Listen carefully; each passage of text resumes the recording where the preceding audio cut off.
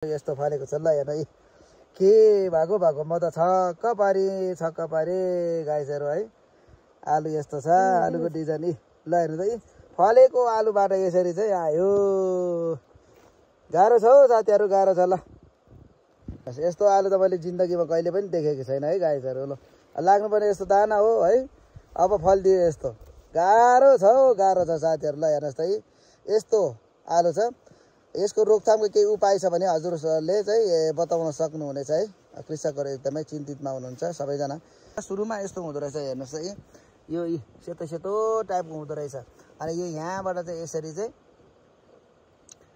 के भन्छ यो पुरै च्याउ फलाएको जस्तो छ ल हेर्नुस् च्याउ फलेको जस्तो चाहिँ यहाँ देखिएको छ है यो आलु नै बिग्रेर अथवा कुहिएर चाहिँ यस्तो भएको हो यहाँ हेर्नु त पुरै डन्ठीबो टाइपको चाहिँ आएको छ यो आलुमा राम्रै आलुमा यसरी चाहिँ सूचक चाहिँ यस्तो रहेछ ल यहाँबाट बोर्डबाट चाहिँ यसरी बोटैमा सूचक यस्तो हुँदो रहेछ हजुरहरूले ल आलु चाहिँ यस्तो भएको छ ल यो डन्ठीबोर आएको जस्तो मान्छेको अनुहारमा डन्ठीबोर आएको जस्तो भइराखे। हेलो गाइसहरु सम्पूर्णलाई मेरो युट्युब च्यानलमा स्वागत छ अनि गुड मर्निङ भन्न चाहन्छु। आज म फेरि पनि आलु बारीमा आइसकेको छु र आलुको यो भनौँ न रेखदेखको काममा चाहिँ म आइसकेको छु। पक्कै पनि यहाँहरूले हेर्न सक्नुहुनेछ मैले आलुको बारीमा छु अहिले। बोट हेर्दाखेरि एकदमै रमाइलो दृश्य छ एकदमै भनौँ न बोट के अरे आलुको बिरुवा अथवा बोट हेर्दाखेरि चाहिँ एकदमै खुसी लाग्दो लोभ लाग्दो चाहिँ रहेको छ। भनेपछि अहिले यो हामी चाहिँ तलपट्टि दाना चाहिँ कस्तो फलेको छ भनेर चाहिँ हेरिरहेको छौँ। पक्कै पनि यहाँहरू सम्पूर्णले हेर्न सक्नुहुनेछ है त। मैले चाहिँ एउटा छोटो भिडियो चाहिँ बनाउँदैछु पक्कै पनि यहाँहरूले साथ सपोर्ट पनि दिन सक्नुहुनेछ। अहिले हामीले चाहिँ आलु पोहोर परार पनि आलु बिग्रिएर चाहिँ मान्छे यताको भनौँ न यो कृषकहरू चाहिँ अलिकति दुखित अवस्थामा भएको थियो भने अब यो पालि पनि के हुन्छ हामी एकचोटि खनेर अथवा यो जरामा चाहिँ केही कुराहरू चाहिँ हेरिरहेको छौँ। पक्कै पनि हेर्न सक्नुहुनेछ। आज मैले तपाईँहरूको माझमा चाहिँ यो भिडियो लिएर आएको छु। पक्कै पनि सक्दो हजुरहरूले सेयर कमेन्ट लाइक चाहिँ पक्कै पनि दिन सक्नुहुनेछ है। आज म आलु बारीमा चाहिँ यसरी चाहिँ म आलुको निरीक्षण गरिरहेको छु। यता यो हामी दुईजना छौँ है। यो मकै पनि लाग्छ भित्र पक्कै पनि यहाँहरूले हेर्न सक्नुहुनेछ। विशेष गरेर आलु चाहिँ अहिले एकदमै बोटहरू चाहिँ एकदमै रमाइलो छ अनि भनौँ न सप्रिएको छ भनौँ होइन। त्यस कारणले गर्दाखेरि मैले हजुरहरूलाई देखाइराखेको छु है। हेर्न सक्नुहुनेछ भिडियोलाई स्किप नगरिकन हेर्न सक्नुहुनेछ। मैले के हुँदैछ के भइराखेको छ यो सबै कुरा हजुरहरूलाई म देखाउँदै लैजानेछु। पक्कै पनि हेर्न सक्नुहुनेछ है त। आलुलाई हामीले यसरी चाहिँ यो जरालाई यसो के अरे भनौँ न फलेको ठाउँमा यसो हेर्दाखेरिमा यतातिर चाहिँ हेर्नु त आलु यो भित्र कुनै के यो यस्तो के अरे माथिल्लोपट्टि चाहिँ एउटा के भन्छ यो च्याउ जस्तो चाहिँ झुन्डिँदो रहेछ अनि जसले गर्दाखेरिमा यो भित्रको दानालाई असर गर्ने अनि त्यसपछि कुहाउने अनि यतापट्टि सबै उगार्ने रहेछ होइन। यो सबै उखालौँ एकचोटि हेरौँ यो हेर्नु त यो यस्तो छ यहाँ यो यस्तो छ यो टाइपको छ ल हेर्नु त ल हेर्नु ल आलु चाहिँ यस्तो भएको छ ल यो डन्ठीबोर आएको जस्तो मान्छेको अनुहारमा डन्ठीबोर आएको जस्तो भइराखेको छ। त्यो चाहिँ समस्या के हो हामी जान्दैनौँ है। अहिलेसम्म मैले पत्ता लगाउन सकेको छैन। लगभग करिब 2 पटक चाहिँ आलु चाहिँ यस्तो भइसकेको छ गाइजहरू है। किसानको रहर थियो आलु अलिकति भनौँ न फलाएर त्यसपछि घर व्यवहार चलाउने। तर अब यो पालि पनि किसानको सपनालाई मेट्ने जस्तो अथवा किसानको सपना चाहिँ कुहिने जस्तो अवस्था चाहिँ देखिएको छ गाइजहरू। पक्कै पनि यहाँहरू सम्पूर्णले हेर्न सक्नुहुनेछ। हेर्दाखेरिमा बोट चाहिँ एकदमै राम्रो छ है हजुर। हेर्नु त यो आलु नै सबै यो यसरी हल्लाइदिउँदै यसरी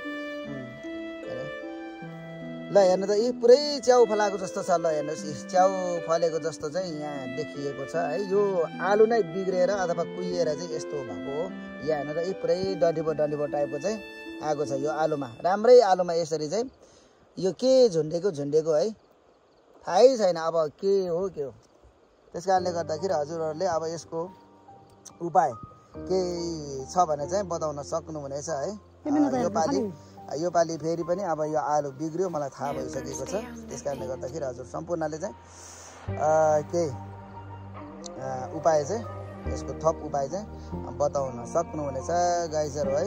अब एकदमै नमिठो एकदमै नरमाइलो फिल आयो। हेर्नुहोस् त यस्तो छ आलु। अब भर्खर अब यो फलेर यतापट्टि चाहिँ भनौँ न ठुलो हुनु बाँकी नै छ। अब अहिलेदेखि नै यस्तो आलु चाहिँ यस्तो भएको छ। लु हेर्नु त पुरै आलुले नै अब आलु नै खोइ कुनै के हो यसरी चाहिँ बिग्रेर चाहिँ पुरै घाउ यस्तो अवस्था छ गाइजहरू हेर्न सक्नुहुनेछ है। उपचारको केही उपाय छ भने बताउन सक्नुहुनेछ हजुरहरू सम्पूर्णले है त। म यो भिडियोबाट चाहिँ हजुरहरूले लाइक सेयर कमेन्ट चाहिँ पक्कै पनि दिनु होला। मैले अघिल्लो भिडियोहरू पनि यो आलुको बारेमा हजुरहरू सम्पूर्णलाई देखाइरहेको छु र अहिले पनि मैले यो आलु चाहिँ आज चाहिँ अब आलुको बोट चाहिँ कस्तो भइराखेको छ भनेर हेर्न आउँदाखेरिमा चाहिँ आलु चाहिँ यस्तो भएको छ। सुरुमा यस्तो हुँदो रहेछ हेर्नुहोस् त यो सेतो टाइपको हुँदो रहेछ। अनि यो यहाँबाट चाहिँ यसरी चाहिँ के भन्छ यो घाउ निस्किँदो रहेछ। अनि घाउबाट चाहिँ यसरी चाहिँ आउँदो रहेछ गाइसहरू है हेर्न सक्नुहुनेछ। ल अब आधीभन्दा बढी चाहिँ बिग्रेको चाहिँ पाइयो। अब अहिले चाहिँ यो सुरुवात हो। अब यो एक दुई दिन पछाडि अथवा यो चाहिँ भनौँ न 1-2 हप्तापछि चाहिँ अब यो सबै बोटै सिद्धिन्छ गाइसहरू है। सम्पूर्णले हेर्न सक्नुहुनेछ। एकदमै दुखी लाग्यो है। अब बल्ल त्यत्रो मेहनत गरेर लगाएको खेती अब यस्तो भइसकेपछि कुन चाहिँ किसानलाई दुःख लाग्दैन पक्कै पनि सम्पूर्णले दुःख लाग्छ।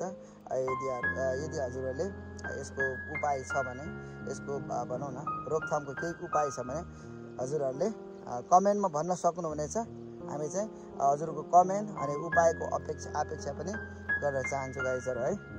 ल हेर्दै रहनु होला। म हजुरहरूलाई यस्तै यो खेतीपाती सम्बन्धी हजुरलाई म अपडेट का भिडियोहरू चाहिँ ल्याइ नै रहनेछु है गाइजहरू। एकदमै दुःख लाग्यो यो सबै यो आलु नै बिग्रेर पुरै घाउ आएर यस्तो चाहिँ हुँदो रहेछ गाइजहरू है। यसको सूचक भनेको चाहिँ यहाँ हेर्नुहोस् त यसको सूचक भनेको चाहिँ यसरी चाहिँ सेतो हुँदो रहेछ आलुको सबैभन्दा यो फेदमा यो यहाँ छ नि मैले देखाइरहेको छु हजुरलाई। यो फेदमा चाहिँ यसरी चाहिँ यसको सूचक भनेको चाहिँ यसरी भनौँ न सेतो हुँदो रहेछ। अनि त्यो सेतो भइसके पछाडि चाहिँ के मोल बिग्रेको जस्तो अनि त्यो हुँदो रहेछ है। त्यस कारणले गर्दाखेरि अब यहाँनिर चाहिँ यो भनौँ न त्यहाँबाट चाहिँ बिग्रिँदै गयो। अनि त्यसपछि दानामा जाँदो रहेछ। दानामा गइसकेपछि चाहिँ घाउ जस्तो खटिरा जस्तो आउँदो रहेछ। अनि जसले गर्दा आलुलाई कुहाउने अनि त्यसपछि आएर आलुलाई पुरै सखापै गरिदिँदो रहेछ गाइजहरू। मैले यति बोट चाहिँ मैले यहाँ हेर्नु त यति बोट चाहिँ मैले यहाँनिर चाहिँ माझमा मैले देखाइराखेको छु। यति बोटलाई चाहिँ मैले भनौँ न उखालिसकेको छ। बाँकी सबै त्यस्तो भएको छ। मैले अब के अरे 2-4वटा बोट चाहिँ मैले हजुरहरूलाई यो उखालेर अनि त्यसपछि आएर देखाइसकेको छु। अब यो यहाँ देखिरहनु भएको छ नि सबै त्यस्तो रहेछ। ल गाइजहरू एकदमै यसको रोकथामको केही उपायहरू छ भने बताइदिन सक्नुहुनेछ है। एकदमै किसानहरू चाहिँ चिन्तामा हुनुहुन्छ सबैजना। अब अहिले मैले थाहा पाएको चाहिँ अहिले मात्रै हो। अब केही दिन पछाडि केही समय पछाडि चाहिँ सबैले थाहा पाउनुहुनेछ। अब आलु बारीमा चाहिँ कोही पनि आउनु भएको छैन है। कोही आएर पनि कसैले चाहिँ यो घाँस काटेर यता चाहिँ आलुलाई हेर्दै नहेरिकन चाहिँ जानुभएको छ। अब आलुको बोट राम्रो छ भनेर सबैजना खुसी व्यक्त गर्दै अब आफ्नो भनौँ न काममा चाहिँ लागिरहनु भएको छ भने मैले चाहिँ अब पोहोर पनि यस्तो बिग्रिएको थियो। यो पालि पनि के छ कि भनेर यसो अनुमान लागेको ट्याक्कै अनुमान सही निस्किएको छ है गाइजहरू है।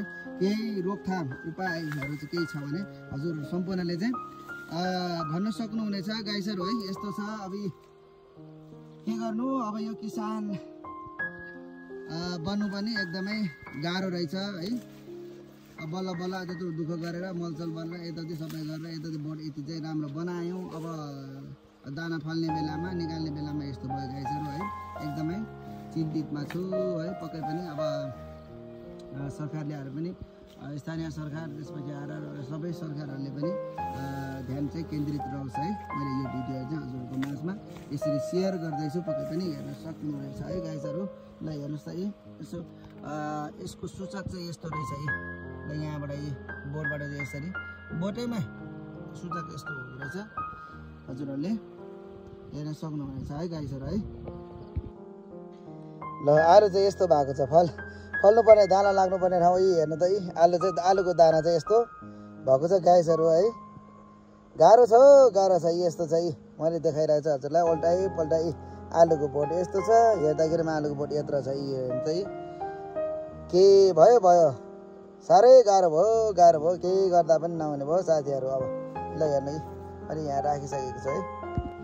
अब फल नै त्यस्तो फल्दो रहेछ। ल हेर्नु त यी यस्तो छ यी अचम्म। ल हेर्नु त यी आलु, यो पालिको आलु यस्तो छ है गाइजहरू। ल अब यो झारलाङको आलु अथवा यो अर्ग्यानिक आलु खानलाई अब सपना जस्तै भयो गाइजहरू है। सम्पूर्णले हेर्न सक्नुहुनेछ, सेयर कमेन्ट पक्कै पनि दिन सक्नुहुनेछ। आलु यस्तो फलेको छ। ल हेर्नु यी के भएको म त छक्क पारेँ गाइजहरू है। आलु यस्तो छ, आलुको डिजाइन यी।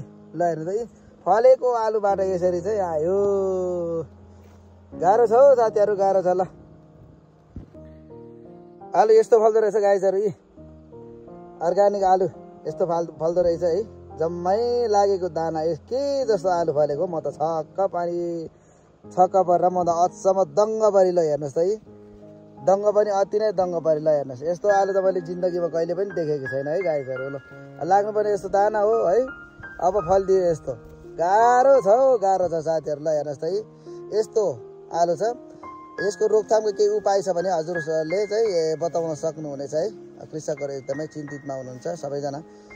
बल्ल बल्ल खेती गरेको आलु यस्तो छ यी गाइजहरू है, हेर्न सक्नुहुनेछ। ल आलु यस्तो छ।